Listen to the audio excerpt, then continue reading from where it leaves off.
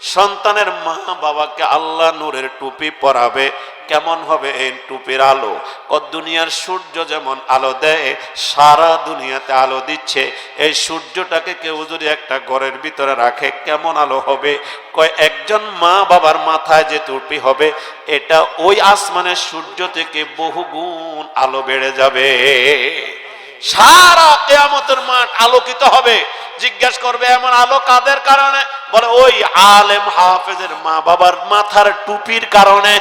সুবহানাল্লাহ। আলেমের মা বাবারা কত ভাগ্যবান, রোজ হাসরে মাথায় হবে তাজ পরিধান। হাসরের কঠিন মাঠে হবে হাহাকার, হাসরের কঠিন মাঠে হবে হাহাকার।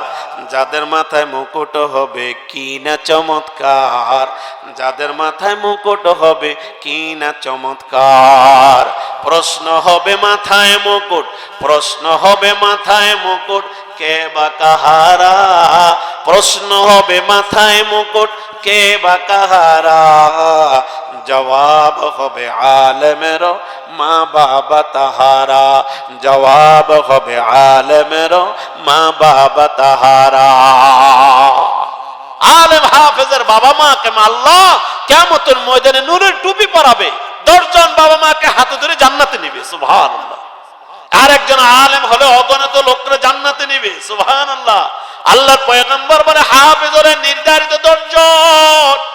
আর যদি সন্তান আলেম হয়, হাফেজ হওয়ার পরে আলেম হয়, হাফেজ হয় কোরআনটারে শুধু মুখস্থ করলো, আলেম হলে কোরআনটারে সে বুঝতে পারলো, তাহলে হাফেজ থেকে আলেমের কদর বেশি। সুবহানাল্লাহ বলেন। আমাদের দেশে তো নিয়ত করে আল্লাহ আমার ছেলেটা হাফেজ বানাও। ছেলে না পারলেও আমাকে মাদ্রাসা যাইয়া বিভিন্ন জন বলে না পারলেও হুজুর করতে হবে, বুড়ো হয়ে গেলেও হাফেজ হইতে হবে। না, হাফেজ ফরজ না, আলেম ফরজ। আল্লাহর পয়গম্বর বলে হাফেজ মাত্র 10 জনের জান্নাতে নিবে, আর একজন আলেম হইলে অগণিত লোকরে জান্নাতে নিবে। অগণিত লোককে। আলেম বলবে আল্লাহ আমার জন্য জায়গার ব্যবস্থা করেছে সুমন মিয়া, আল্লাহ সুমন ভাই মাদ্রাসার জন্য এত আয়োজন করলেন, এলাকার ভিতরে যদি নুরানি মাদ্রাসা না হইতো আমি সহি শুদ্ধভাবে আল্লাহর কোরআনটা শিখতে পারতাম না। ও আল্লাহ, বিপদে পড়েছে যারা, তাদেরকে আমার 2 হাতে দাও, আমি তাদেরকে নিয়ে জান্নাতে চলে যাই। نحمده ونستعينه ونستغفره ونؤمن به ونتوكل عليه ونعوذ بالله من شرور أنفسنا ومن سيئات أعمالنا. من يهده الله فلا مضل له ومن يضلله فلا هادي له. ونشهد أن لا إله إلا الله وحده لا شريك له. ونشهد أن سيدنا ومولانا محمدا عبده ورسوله الذي أرسله بالحق بشيرا ونذيرا وداعيا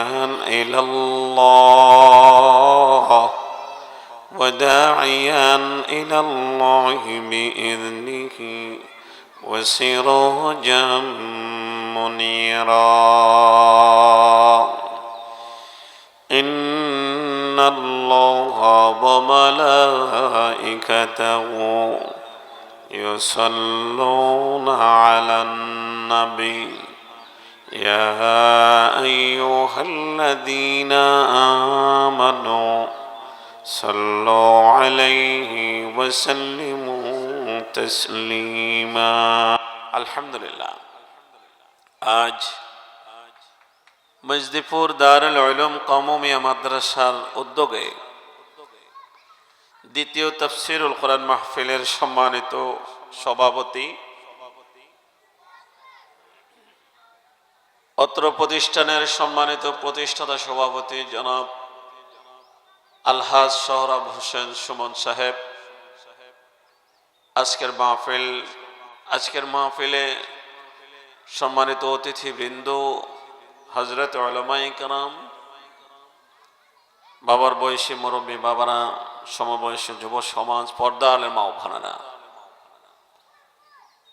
রব্বে করিমের দরবার অফুরন্ত শুকর ও সুজুদ, যিনি আমাদেরকে আজকের এই মজমায় কোরআন ও হাদিস থেকে দু চারটে কথা বলার এবং শোনার সুযোগ করে দিয়েছেন।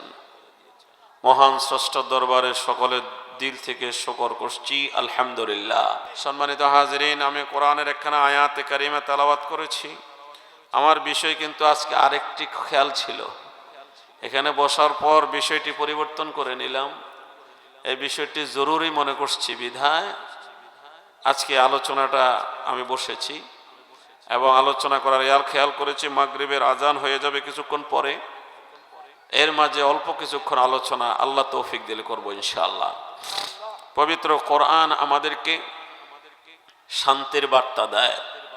কোরআন মানুষের ব্যক্তিগত জীবন, পারিবারিক জীবন, সামাজিক জীবন, রাষ্ট্রীয় জীবন, প্রত্যেকটি ক্ষেত্রে এই কোরআন আমাদেরকে গাইডলাইন করে।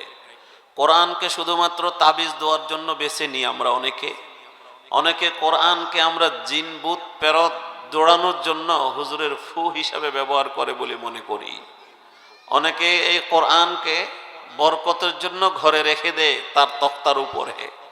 কিন্তু কোরআন এভাবে আমার ডেস্ক সাজানোর জন্য আসে নাই, কোরআন আমার আলমারির সৌন্দর্য বর্ধনের জন্য আসে নাই, কোরআন জিনবুত ফেরতের জন্য শুধুমাত্র আসে নাই, কোরআন আমার ঔষধের জন্য শুধুমাত্র আসে নাই, আমার জারপুক ফেড়ের জন্য শুধু আসে নাই।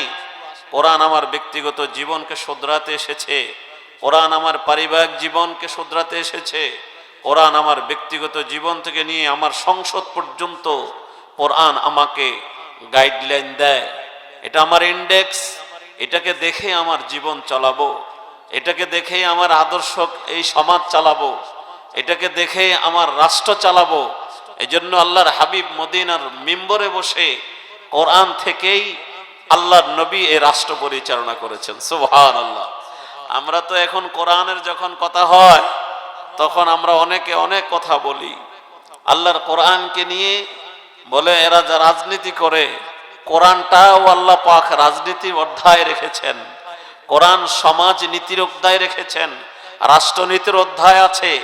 প্রত্যেকটা সেক্টরে আমার কোরআন আমাকে গাইডলাইন করে। জোরে বলি সুবহানাল্লাহ। এই জন্যই তো অনেকে আমরা বলি আমার সবচেয়ে শ্রেষ্ঠ পথ প্রদর্শকের নাম হলো আল্লাহর কোরআন। আম্মাজান আয়েশাকে কেউ প্রশ্ন করে, বলো আমার নবীর চরিত্র কেমন ছিল, আমার নবীর জিন্দেগি কেমন ছিল? আয়েশা বলে, তুমি কি কোরআন শরীফ পড়ো নাই? বলে আমি পড়ছি। বলো পড়লে কি হয়? আল্লাহর কোরআন পুরো বিসমিল্লাহর বা থেকে সূরা নাসের সিন পর্যন্ত পুরো দেখো, আর আমার পয়গম্বরের সারা জিন্দেগির সাথে মিল করো। পুরো জিন্দেগি যেন আল্লাহর কোরআন। সুবহানাল্লাহ। চলুন আমরা কোরআনকে আমার বন্ধু বানাই, কোরআনকে দিয়ে আমি আমার পথ চলা শুরু করি। আমি ইনশাআল্লাহ সফলতার শীর্ষে পৌঁছতে পারবো বলে ইনশাআল্লাহ। এই জন্যই তো কোরআনের প্রথম আয়াতে আল্লাহ বলেন হুদাল্লিল মুত্তাকিন, কোরআন আমার মঞ্জিল পর্যন্ত আমাকে অবশ্যই পৌঁছিয়ে দেবে।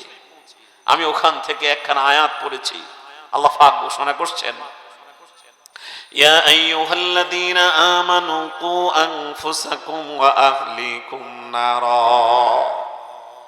আল্লাহ পাক পৃথিবীর সব মানুষগুলোকে কোরআনের মেসেজ দিয়ে বলছেন, তুমি তোমাকে সমস্ত অপকর্ম থেকে বাঁচাও, তার থেকে আগুন থেকে বাঁচাইতে পারবা।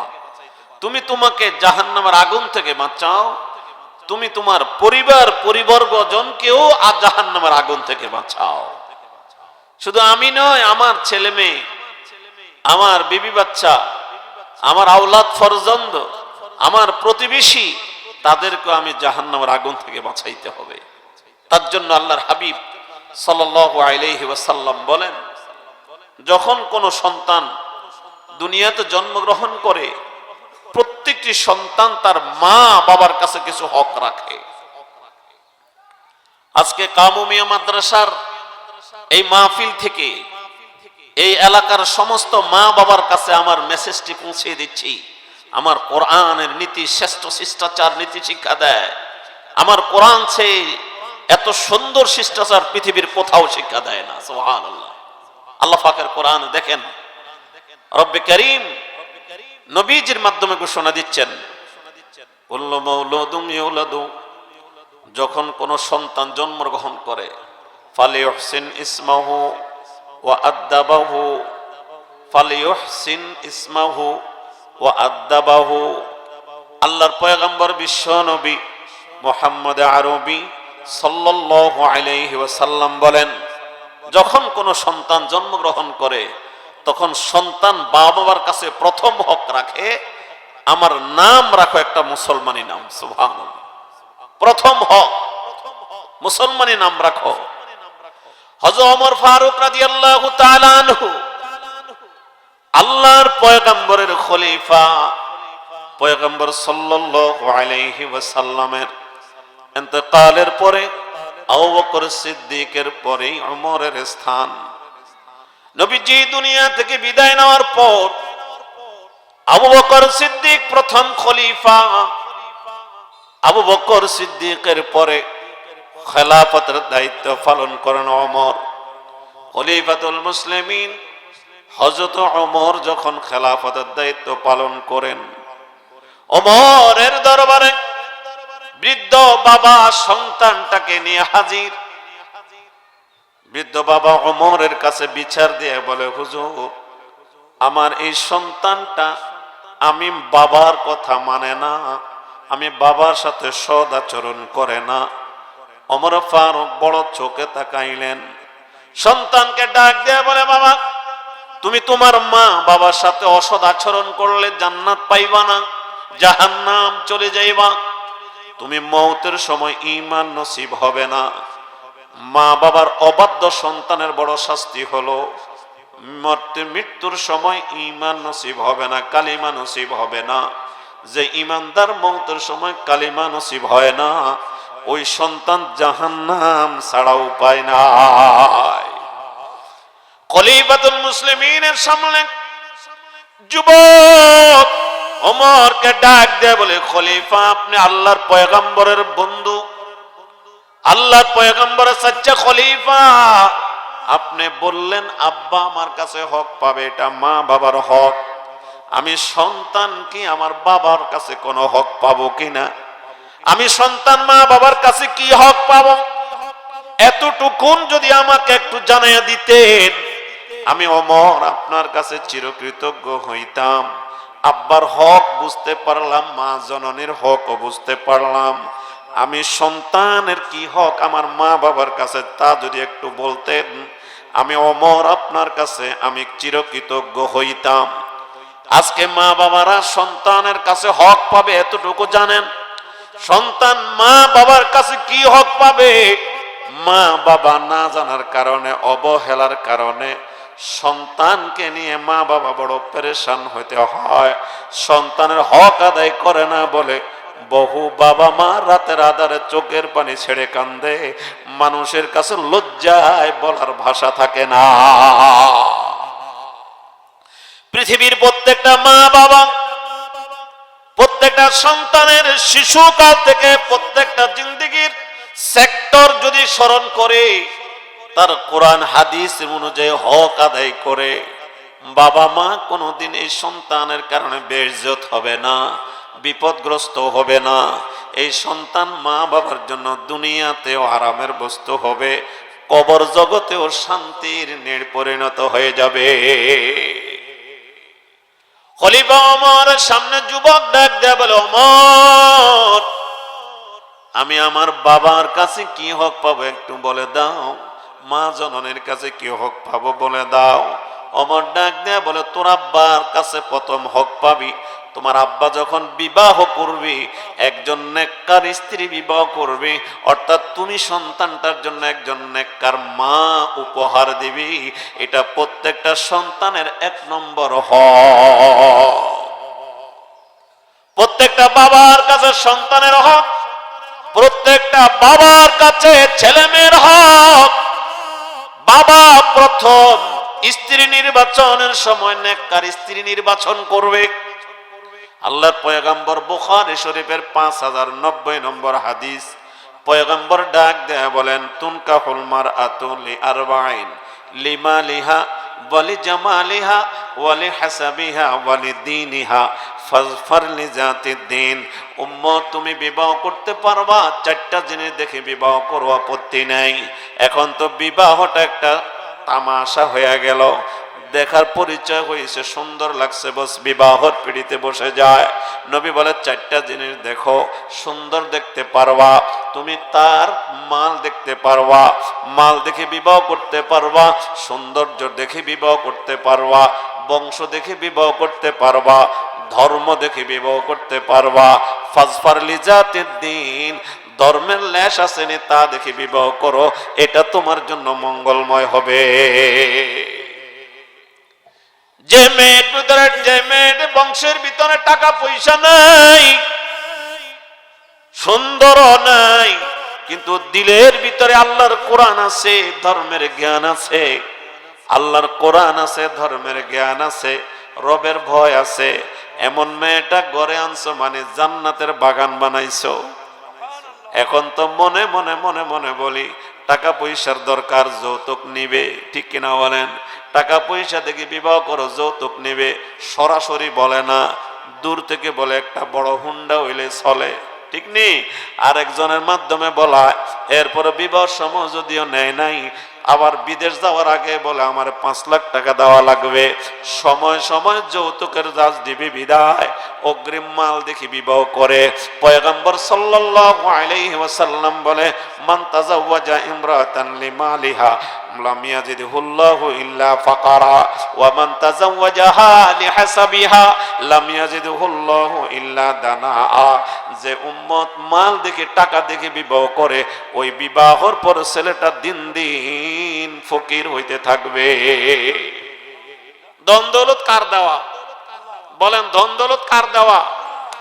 আপনি যে টাকা পয়সা দেখে বিবাহ করলেন, বংশ দেখে বিবাহ করলেন, শেষ পর্যন্ত দিন দিন আস্তে আস্তে ওটা নিচু বংশ হবে, এমন পরিস্থিতি হবে চেহারা দেখাইতে পারবা না। এজন্য পয়গম্বর সাল্লাল্লাহু আলাইহি ওয়াসাল্লাম বলেন, দিন দেখে বিবাহ করো। টাকা পয়সা নাই, সুন্দর নাই, কিন্তু মেয়েটার কলিজায় রবের মহাব্বত আছে, রাতের বেলায় নামাজের যায় নামাজ খোঁজে, 5 ওয়াক্ত নামাজ পড়ে, দিলের ভিতরে আল্লাহর ভয় আছে, কোরআনটা সকালবেলা তেলাওয়াত করে, ঘরখানার ভিতরে রৌনক করে ফেলছে। কয়, এই মেয়ে যদিও টাকা নাই, কিন্তু তোমার ঘরটারে বেহেশতের বাগান বানাইতে পারবে। ওমর ফারুক ডাক দেখা, যুবক, তুমি যুবকের 1 নম্বর হও। তোমার মা যখন নির্বাচন করবে, তোমার বাবা একটা নেককার বিবি আনবে। তোমার যখন মা এখনো হয় নাই, অস্তিত্বে আসো নাই, বিবাহ তো বাবা মার হয় নাই, তখন বাবা মার উপর তুমি সন্তানের রুহানি একটা দায়িত্ব এসে যায়, সেটা হলো তোমার মাটা বাছাই করতে একটা ধর্মভিত্তিক মেয়ে আনবে। এটা প্রথম সেক্টর। 2 নম্বর, ফালি ওয়াসিন ইসমাহু, তুমি যখন দুনিয়াতে এসেছো, তোমার 2 নম্বর হোক তোমার আব্বা তোমাকে একটা মুসলমানের নাম রাখবে। 3 নম্বর, ওয়া আদাবাহু, শিষ্টাচার শিক্ষা দিবে, তোমার ছোটবেলা থেকে আদব আখলাক শিক্ষা দিবে, তোমার ছোটবেলা থেকে তোমার আস্তে আস্তে ধর্মমুখী করবে। মুখ থেকে যদি দাদা বলে, আব্বু বলে, মা শিখায় তুই আল্লাহ বল, আল্লাহ বল, ঠিক না? মা যদি ধার্মিক হয়, বলো তুই আল্লাহ বল। আব্বুরে আব্বু না বললে রাগ করে, মারে মা না বললে রাগ করে। শিশু সন্তান ছোটবেলায় মা না ডাকলে মা রাগ করে, আব্বু না ডাকলে আব্বু রাগ করে। যিনি বানাইছেন, যিনি এত সুন্দর করে চেহারা খানা সাজাইলেন, যিনি এত সুন্দর আমাকে আপাদ মস্তকে বানাইলেন, তিনাকে না ডাকলে তিনি কেমন নারাজ হবে বলেন না? আরে শিশু সন্তানটার প্রথম শব্দটা আল্লাহ হবে। কি হবে? মা যদি ধার্মিক হয়, বলে না বাবা আগে আল্লাহ বল।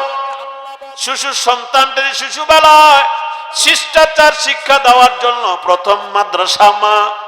মা বলবে প্রথম বলো আল্লাহ।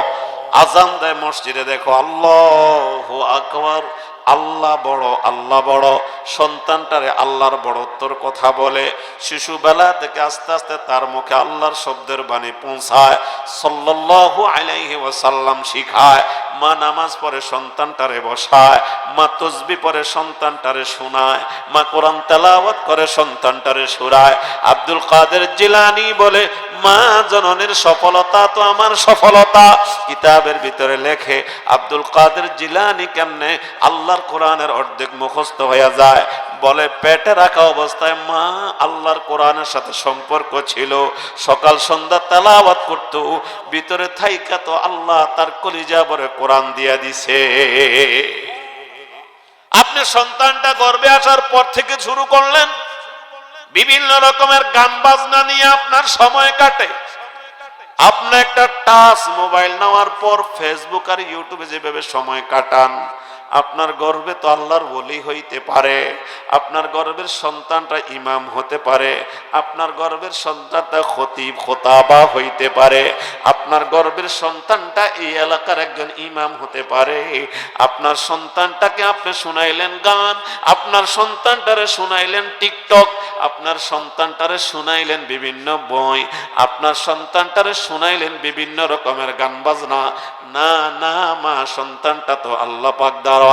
আল্লাহ বহু বাবা এই সন্তানের মালিক করে নাই, বহু বাবা সন্তানের মালিক হয় নাই, বহু মা সন্তানের মালিক হয় নাই। সন্তানের জন্য কাঁদতে কাঁদতে দাগ পড়ে গেছে। আল্লাহ আপনারে সন্তান দিয়েছেন, এটার হক আদায় করলেন না। অমর যুবকটারে ডাক দেখো, যুবক তোর এক নম্বর হক হলো একজন নেককার মা বাছাই করবে তোর বাবা। কোন বাবা যদি বিবাহ করলো, মা তার নেককার না, সন্তানকে নেককার মা দিতে পারে নাই, ওই বাবা কিয়ামতের ময়দানে আল্লাহর বিচারের দিনে সোরের মতো চেহারা লুকাবে, সোরের মতো চেহারা লুকাইতে থাকবে। কেন? ও তো প্রেমের তৃষ্ণায় পড়ে এই বিবাহটা করেছে, তার ভিতরে ধর্ম আছে কি নাই তালাশ করে নাই, বিধায় তোমাকে একটা নেককার মা দিল না, সন্তানের প্রথম হক নষ্ট করলেন আপনি। দুই নম্বর হক ফালিউহসিন ইসমাহু, তিন নম্বর হক ও আদাবাহু, সন্তানটারে আশিষ্টাচার দিবা। আল্লাহর পয়গম্বর বলেন, মুরু আওলাদাকুম বিসসালাহ। নবীজি বলেন, যখন সন্তান 7 বছর বয়স হবে, ওয়াহুম আবানা ও সাবঈ সিনিন, 7 বছর বয়স হলে তারে নামাজের শিক্ষা দাও। আসেনি সমাজে এমন শিক্ষা, মারা নিজে নামাজ পড়ে না, সন্তানটারে নামাজের কথা কেমনে বলে? নিজে পড়ে না, সন্তানরে কেমনে বলবে? নবীজি বলেন, মুরু আওলাদাকুম বিসসালাহ ওয়াহুম আবানা ও সাবঈ সিনিন, সন্তান 7 বছর বয়স হলে নামাজের কথা বলো। ওয়াদরিবুহুম আলাইহা ওয়াহুম আবনাউ 10 সিনিন, সন্তান 10 বছর বয়স হলে তাকে প্রহার করো, 10 বছর বয়স হলে তারে পিটো, রাগতা দাও। কেন নামাজ পড়ো না? নামাজ কেন পড়ো না? তুমি নামাজ না পড়লে ঘর থেকে বাইরে হয়ে যাও, তুমি নামাজ না পড়লে খাওয়ার দেব না। আপনার মাটার শিক্ষা এমন ছিল, বরং আপনিও মোবাইল টিপেন সারা রাত, মেয়েটার একটা টাচ মোবাইল উঠে দিয়েছেন, ও সারা রাত বন্ধু খুঁজে, শেষ দিন সকালবেলা দেখেন মেয়ে আর আপনার ঘরে নাই, ও আরেকজনের লোকে হিজরত করে চলে গেছে। দোষ কি আপনার না মা? দোষ কি বাবার না? দোষ কি মান না? আপনি বাবা তার শিষ্টাচার শিক্ষা দেন নাই, আপনি মা তাকে শ্রেষ্ঠ শিষ্টাচার শিক্ষা দেন নাই, যার কারণে আপনার মুখে চুনকালি দিয়েছে। শিশুবেলা থেকে মা বাবার করণীয় আছে, ছোট বেলা থেকে মা বাবার অনেক করণীয়। আমার ডাক দেখো যুবক, তুই সন্তানটার হক হলো প্রথম মা দেওয়ার শিক্ষিত মা, ধর্মীয় মা। 2 নম্বর মুসলমানের নাম, 3 নম্বর শিষ্টাচার।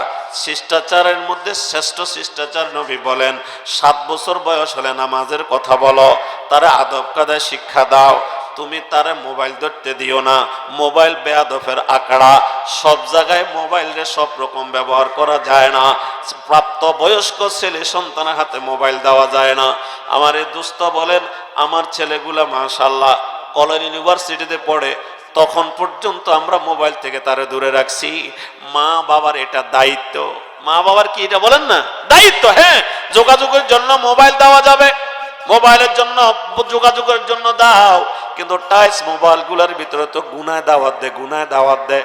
আমার এক ওস্তাদ টাচ মোবাইলের ব্যাখ্যা করে, টাচ মানে ধরিলে নধরে, নধরলে নধরে, ধরিলে না ছাড়ে। চট্টগ্রাম আলেম তো টাচ মানে কি জানো?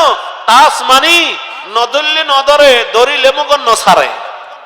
টাচ এটাকে তুমি না ধরলে অসুবিধা নেই, যখন হাতে আসছে তখন শুধুমাত্র আঙ্গুল চালাও, আঙ্গুল চালাও, যত দেখো তত ভালো লাগে। কারণ চোখটার ভিতরে তো ইবলিস তখন ভালো লাগার ভাব সৃষ্টি করে দিলেন। অথচ আমার আল্লাহ আজকে আমার ছাত্রদেরকে আমি পড়াইলাম 30 নম্বর পারা সূরা বুরুজে, সূরা বুরুজের ভিতরে 30 নম্বর পারায় আজকে আমার ছাত্রদেরকে আমি পড়াইলাম। আল্লাহ আমার অঙ্গ 360টা জোড়ার সাথে 360টা ফেরেশতা আল্লাহ আসমান থেকে জমিনে পাঠায়। 60টা ফেরেশতা চোখের জন্য স্পেশাল পাঠায়, কারণ চোখ দিয়া শাহী রোড দিয়া, চোখ শাহী রোড অন্তর নামক শহরে গুনামদানি করে। এই শাহী রোডের সামনে 7 জন ফেরেশতার দণ্ডায়মান করে দেয়, যেন গুনাহটারে দাওয়াত দিয়া কলবের ভিতরে না ঢুকায়। আল্লাহ পাক স্পেশাল ফেরেশতা দিয়া পাহারা দেয়, যাতে করে আমি গুনাহ আমার দেহের ভিতরে দাওয়াত না দিই। আজকে বর্তমানে মোবাইলটা তো পকেটে পকেটে, দেখবেন বড় বড় শহরগুলোতে এখন সিনেমা হল বন্ধ, কারণ সিনেমা তো এখন যুবক যুবতীর পকেটে, ঠিক কিনা কন? যুবক যুবতীর পকেটে। এজন্য পয়গম্বর বলে মুরু আওলাদাকুম বিসসালাহ, 1 নম্বর তারে শিষ্টাচার শিক্ষা দাও। শ্রেষ্ঠ শিষ্টাচার হলো সন্তানটারে নামাজের কথা বলো। তুমি নামাজ পড়ো, মেয়েটারেও নামাজ পড়াও। তুমি নামাজ পড়ো, ছেলেটারেও নামাজ পড়াও। তুমি নামাজ পড়ো, বাবা মসজিদে যাও, ছেলেটারও হাত ধরে মসজিদে নিয়ে যাও। ওয়াদরিবুহুম আলাইহা ওয়া হুম আবনাউ 10 সিনিন, ছেলের বয়স যখন 10 বছর তখন তাকে তুমি প্রহার করো। কেন নামাজ পড়বি না? নামাজে তো বন্দারে আল্লাহমুখী করে, নামাজে তো বন্দাকে গুনাহ থেকে আলাদা করে, নামাজে তো বন্দারে অপসংস্কৃতি থেকে বাঁচায়, নামাজ তো মানুষের অপকর্ম থেকে বাঁচায়, নামাজ তো মানুষের অশ্লীলতা থেকে বাঁচায়। ইন্নাস সালাতা তানহা আনিল ফাহশাই ওয়াল মুনকার, নামাজ ব্যতীত পৃথিবীর মানুষের অন্য কোনো এমন সম্পদ নাই এভাবে গুনাহ থেকে বাঁচাইতে পারে।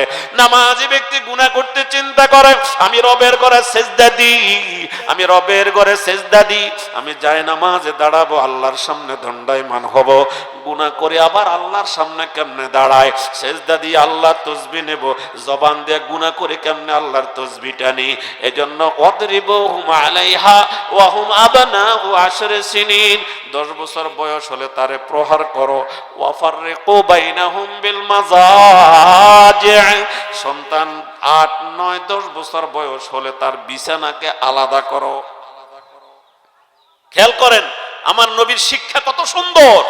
ছেলে মেয়ে যখন একটু একটু বড় হচ্ছে, ভালো মন্দ বুঝে, ভালো ভালোটা বুঝে, মন্দ মন্দ বুঝে, তখন সন্তানগুলোকে তুমি বিছানা আলাদা করো।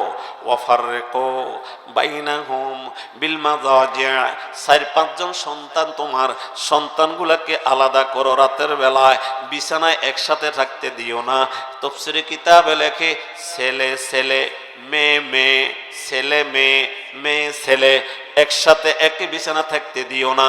কারণ তৃতীয় ব্যক্তি হয় ইবলিস। তৃতীয় কে হয় বলেন না? ইবলিস হয়।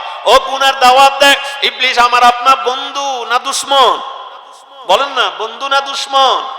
ইবলিস কেমন দুশমন?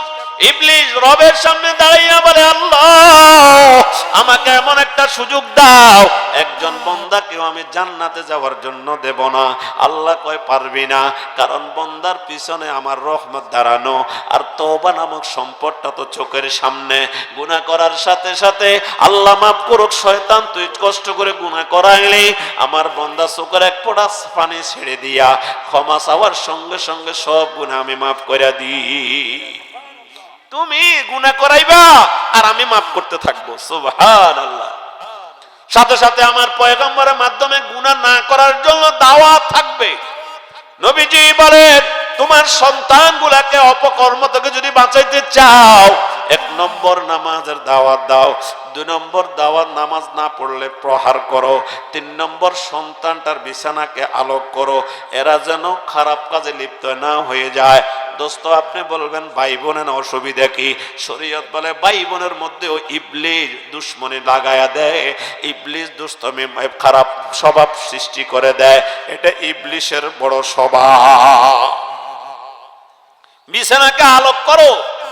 হুজুর, আমার এতগুলা সন্তান কেমনে আলোক করে দিক? আমার এতগুলা রুম নাই। আপনার রুম না থাকলেও শরীয়তে বলা আছে কম্বল কাতা আলাদা করে দাও, কম্বল আলাদা করো, কাতা আলাদা করো, পার্টিশন করো, মধ্যখানে পার্টিশন করে দাও। বিছানাকে একসাথে রাখো, কিন্তু মধ্যখানে তাদেরকে পার্টিশন করো, কাতা আলাদা করো, কম্বল আলাদা করো। একসাথে রাতের বেলা সব ভাই বোনকে থাকতে দিও না। ইবলিস তাদেরকে গুনাহ শিখায়, গুনাহ করাবে পরে, প্রথম গুনাহ শিখায়। খুব খেয়াল করবেন, এ বাবারা খেয়াল করেন, এলাকার মা বোনেরা খেয়াল করেন, আমার ইসলাম কত সুন্দর। বলে প্রথমত ইবলিস গুনাহ শিখায়, করাবে তো আরেকজনে। ভাই বোনে কি গুনাহ করতে পারে? করাবে তো আরেকজনের সাথে। তবে প্রথমত তাকে গুনাহ শিখায় ইবলিসে। কে শিখায় বলেন? এজন্য বিছানাকে আলোক করো, পার্টিশন করো। আল্লাহ পয়গম্বর বলেন 4 নম্বর ওয়াল্লিমহু। সময় আমার কম, এরপরেও বলি। 4 নম্বর হলো আল্লাহর পয়গম্বর বলে কোরআনের ইলম দাও, আল্লাহর কোরআনের শিক্ষা দাও।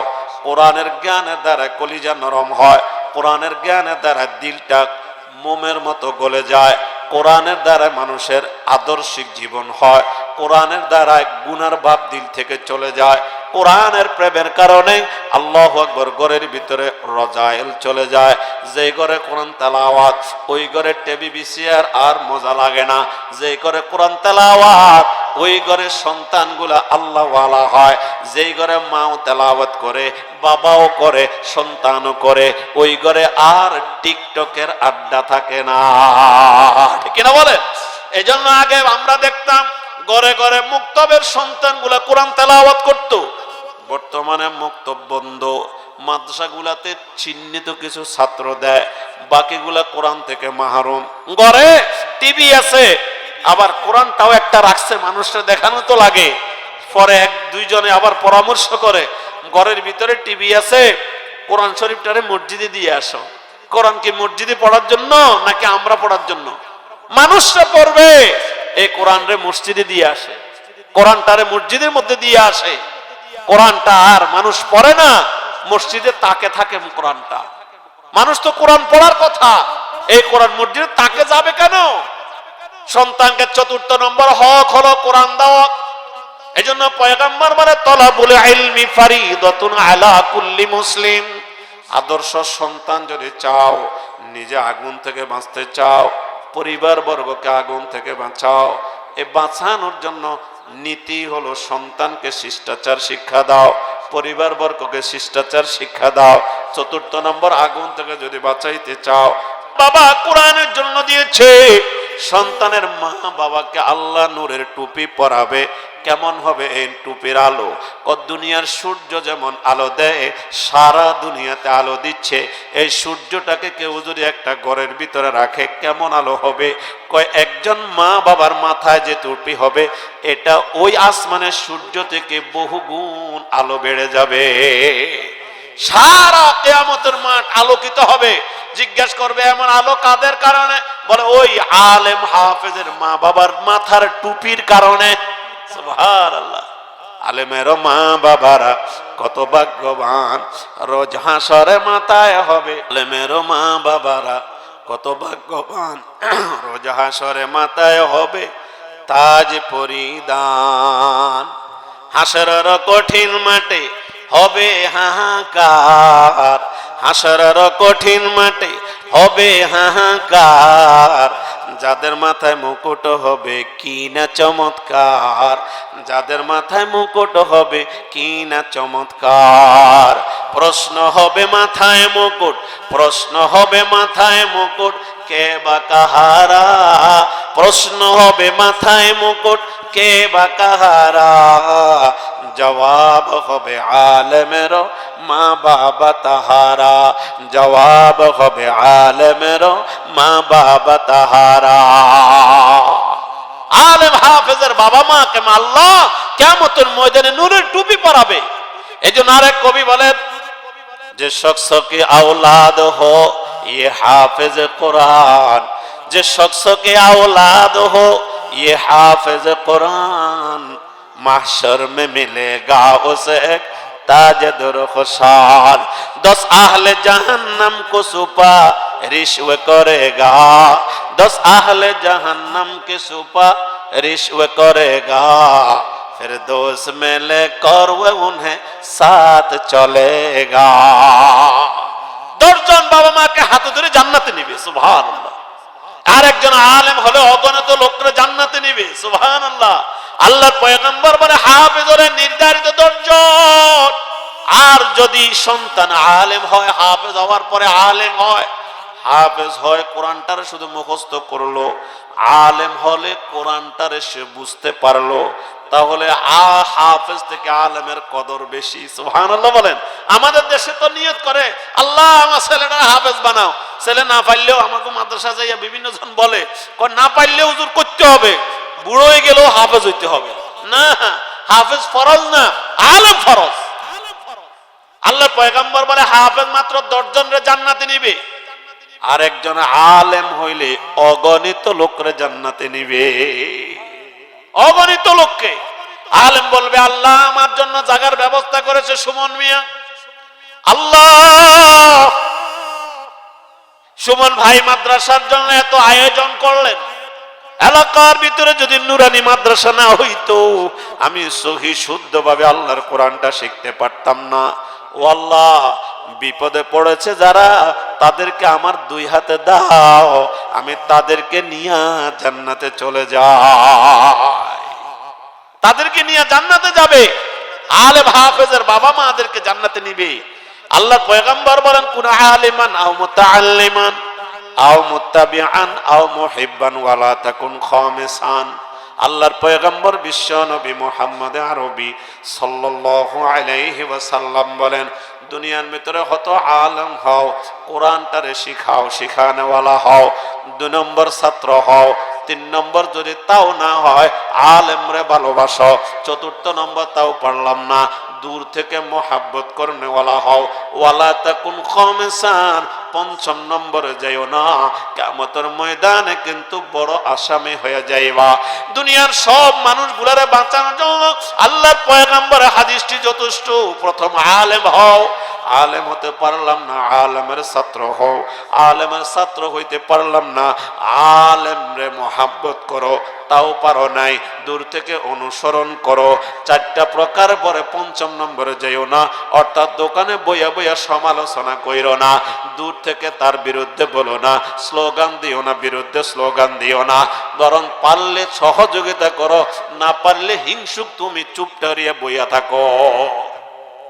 হিংসুকের কাজ একটা বলি নার্ভাস করে দেওয়া, তো তোমার হিংসা যেহেতু বেশি, তুমি বুঝতে পারো তুমি বড় হিংসুক, তুমি আর কিছু না বইলা মুখটারে জবানটারে বন্ধ করো, কারণ এই হিংসার কারণে আর অহংকারের কারণে ইবলিস বিতাড়িত, ঠিক কিনা বলেন? হিংসা এবং অহংকারের কারণে ইবলিস বিচারিত। তুমি হিংসার কারণে অহংকারের কারণে আরেকজনের ভালোটা সহ্য করতে পারো না। এখানে একটা মাদ্রাসা হইছে, সমালোচনার দরকার কি? পাইলে সহযোগিতা করো, না পাইলে চুপ মাইরা বইয়া থাকো। যদি 5ম নম্বরে যাও ফাতাহলিক, পয়গম্বর বলে তুমি হালাকার ধ্বংস হয়ে যাইবা। ধ্বংস 4 প্রকারের বাইরে যেও না। আল্লাহ পয়গম্বর আরেক জায়গায় বলে খায়রুকুম মান তাআল্লামাল কুরআন ওয়া আল্লামা। তুমি দুনিয়ার ভিতরে মানুষ যদি শ্রেষ্ঠ মানুষ চাও, 1 নম্বর কোরআন যে পড়ে সে শ্রেষ্ঠ, 2 নম্বর কোরআন যে পড়ায় সে শ্রেষ্ঠ। কোরআন শিখে শিখায়, এদের থেকে শ্রেষ্ঠ মানুষ দুনিয়াতে নাই। কে বলে? নবী বলেন। আর নবীর কথা আল্লাহর পক্ষ থেকে আসে, নবীজি মন গড়া কথা বলেন না। ওয়ামা ইয়ানতিকু আনিল হাওয়া ইন হুয়া ইল্লা ওয়াহয়ুন ইউহা। সুতরাং আমার মা বাবারা, সন্তানকে যদি আদর্শ বানাইতে চাও, সন্তানকে যদি নবীওয়ালা ফিকিরবান বানাইতে চাও, আদর্শ সন্তান চাও, সন্তানের কারণে দুনিয়া আখিরাতে তুমি ইজ্জতের সামান হতে চাও, তো 1 নম্বর সন্তানকে ভূমিষ্ঠ হওয়ার পরে, ভূমিষ্ঠ হওয়ার আগে 1 হক, সে হলো একজন নেককার মা বাছাই করা। ভূমিষ্ঠ হওয়ার পরে 4 হক। 1 নম্বর মুসলমানের নাম রাখা, 2 নম্বর ওয়া আদ্দাবাহু শিষ্টাচার শিক্ষা দেওয়া, 3 নম্বর ছেলেটাকে আল্লাহর কোরআন দিয়ে জীবনটারে সাজাও। আল্লাহর কোরআন যে সন্তানের কলিজায় গেল, সন্তানের দিল আল্লাহ পাথরের মতো দিলটাও মোমের মতো গলাইয়া দিবে। সুবহানাল্লাহ। দেখেন না বাবা, ওমর জন্মসূত্রে মুসলমান ছিল না, ওমরের কলিজায় কোরআনের একটু আওয়াজ গেল, ওমর শেষ পর্যন্ত নবীর কাছে যাইয়া বলে, ইয়া রাসূলুল্লাহ, আপনার চরণ তলে ঠাই চাই, কোরআনটা শুনেছি, কি যেন শুনলাম, আমার বোন বলে আমি পবিত্র হওয়া ছাড়া কোরআন ধরতে পারবো না, যেটার কারণে কোরআনটা ধরতে পারি ওটা দিয়ে আমারে পবিত্র করে দেন। নবী বলে, পড়ো লা ইলাহা ইল্লাল্লাহ মুহাম্মাদুর রাসূলুল্লাহ, এটা দ্বারা তুমি পবিত্র হইয়া গেলা, যাও এবার কোরআনটা তুলে নাও।